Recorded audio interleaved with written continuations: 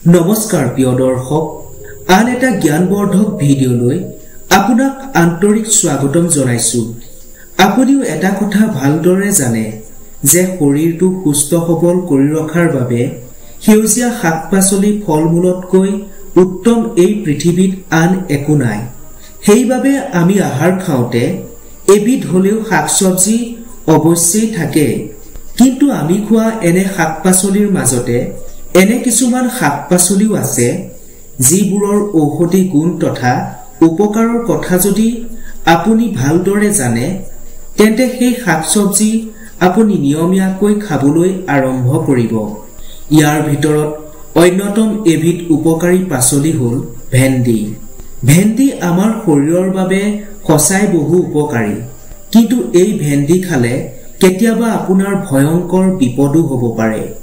কথাটো শুনি আপুনি হয়তো আচৰিত হৈছে, কিন্তু এইটো সত্য। ভেন্দি খোৱাৰ সঠিক নিয়ম নাজানিলে ই আপোনাৰ শৰীৰটো শেষ কৰি দিব পাৰে। আচলতে ভেন্দি কেনেকৈ খাব লাগে, ভেন্দি খালে এনে কি বিপদ হ'ব পাৰে, এই সকলো কথা আজি আপুনি এই ভিডিঅ'টোৰ দ্বাৰা জানিব পাৰিব। গতিকে আপুনি যদি ভেন্দি খায়, ভিডিঅ'টো সম্পূৰ্ণ ধ্যানেৰে শেষ পৰ্যন্ত চাই যাব। ভেন্দি আপুনি মই সকলোৱে খাওঁ। ভাতৰ সৈতে, ৰুটিৰ সৈতে ভেন্দি ভাজি খাই ভাল লাগে। বহু পিতৃ-মাতৃয়ে নিজৰ সন্তানক ভেন্দি খাবলৈ দিয়ে, কাৰণ ভেন্দি খালে বুদ্ধিশক্তি বৃদ্ধি হয়। কেৱল সিমানেই নহয়, এই ভেন্দিৰ অনেক উপকাৰিতাও আছে। কিন্তু ভেন্দিৰ হাজাৰটা উপকাৰিতা থাকিলেও কিন্তু কিছু কিছু খাদ্যৰ সৈতে আপুনি ভুলতে ভেন্দি খায়, তেন্তে ই আপোনাৰ মৃত্যু মাতি আনিব পাৰে। আচলতে ভেন্দিৰ লগত কি কি খাদ্য খাব নালাগে, ভেন্দিৰ লগত কি খাদ্য খালে কেনেধৰণৰ বেমাৰৰ সৃষ্টি হ'ব পাৰে, এই কথা যি নাজানে তেওঁলোকে ভালদৰে শুনি লওক। ছালৰ বিভিন্ন ধৰণৰ বেমাৰ, খজুৱতি, ছালৰ নানান ধৰণৰ দাগ পৰা আদি অনেক সমস্যা দেখা দিব পাৰে। ভেন্দি খোৱাৰ আগত বা পিছত বা ভেন্দিৰ লগত কি খাব নালাগে সেই কথা কোৱাৰ পূৰ্বে ভেন্দিৰ উপকাৰিতাৰ বিষয়ে জানি থোৱাটো উচিত হ'ব। গতিকে আহক ভেন্দিৰ উপকাৰিতা তথা ঔষধি গুণৰ কথা জানি লওঁ। এন্টিঅক্সিডেণ্ট গুণ থকা ভেন্দিয়ে শৰীৰৰ ৰোগ প্ৰতিৰোধ ক্ষমতা বঢ়ায়, পাচনতন্ত্ৰ সঠিকভাৱে ৰাখে, হজম শক্তি বঢ়ায়, কোষ্ঠকাঠিন্যতাৰ সমস্যা দূৰ কৰে। পুষ্টিবিদসকলৰ মতে ডায়েবেটিছ ৰোগীয়ে নিয়মীয়াকৈ ভেন্দি কাটি পানীত ৰাতিটো তিয়াই ৰাতিপুৱা সেই পানী খালী পেটে খালে ছুগাৰৰ পৰিমাণ নিয়ন্ত্ৰণলৈ আহে। নিয়মীয়াকৈ ভেন্দি খালে এনিমিয়া সমস্যা দূৰ হয় বুলি খাদ্য বিশেষজ্ঞসকলে মত প্ৰকাশ কৰিছে। ভেন্দিয়ে হৃদযন্ত্ৰ সুৰক্ষিত কৰি ৰাখে। ভেন্দিত থকা এন্টিঅক্সিডেণ্টে গৰল কেঞ্চাৰৰ দৰে মাৰাত্মক বেমাৰক প্ৰতিৰোধ কৰাত সহায় কৰে। ভেন্দিত ভিটামিন কে থকাৰ বাবে তেজ গোট মৰা ক্ৰিয়া নিয়ন্ত্ৰণ কৰে, হাড় আৰু দাঁতৰ গঠন মজবুত কৰে।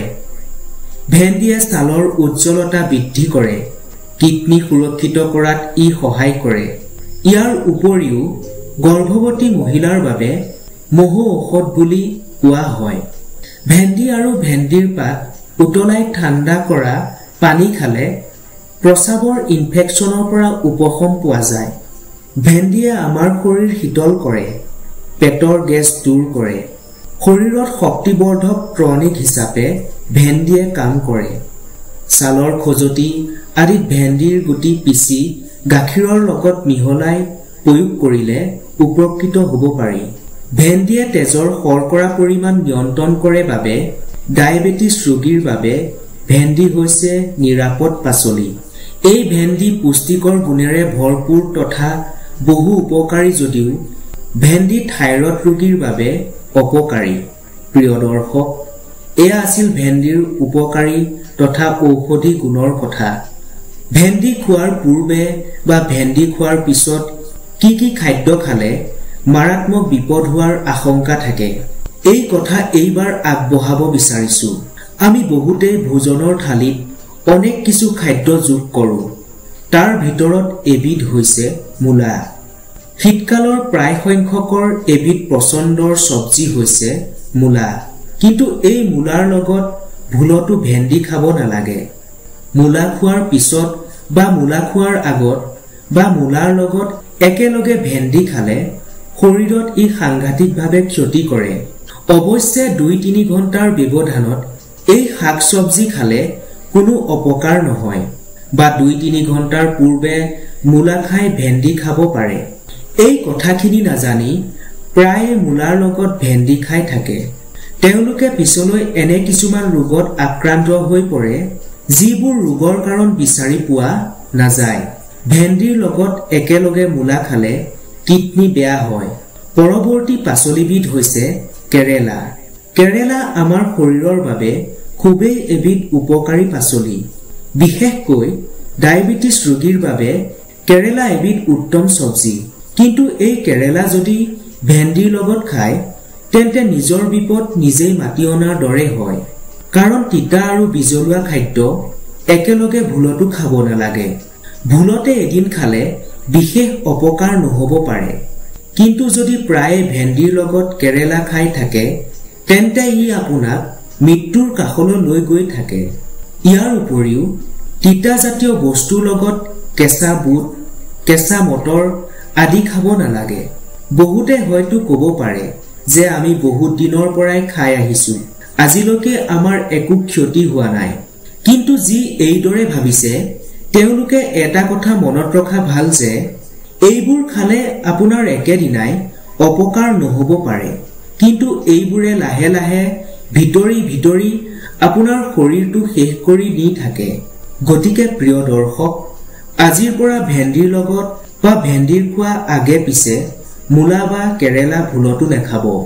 এই ভিডিঅ'টোত আমি যিসমূহ শাক চব্জিৰ নাম ললো তাৰ ভিতৰত আপোনাৰ কোনবিধ শাক চব্জি প্ৰিয় সেই কথা কমেণ্টত অৱশ্যেই জনাব।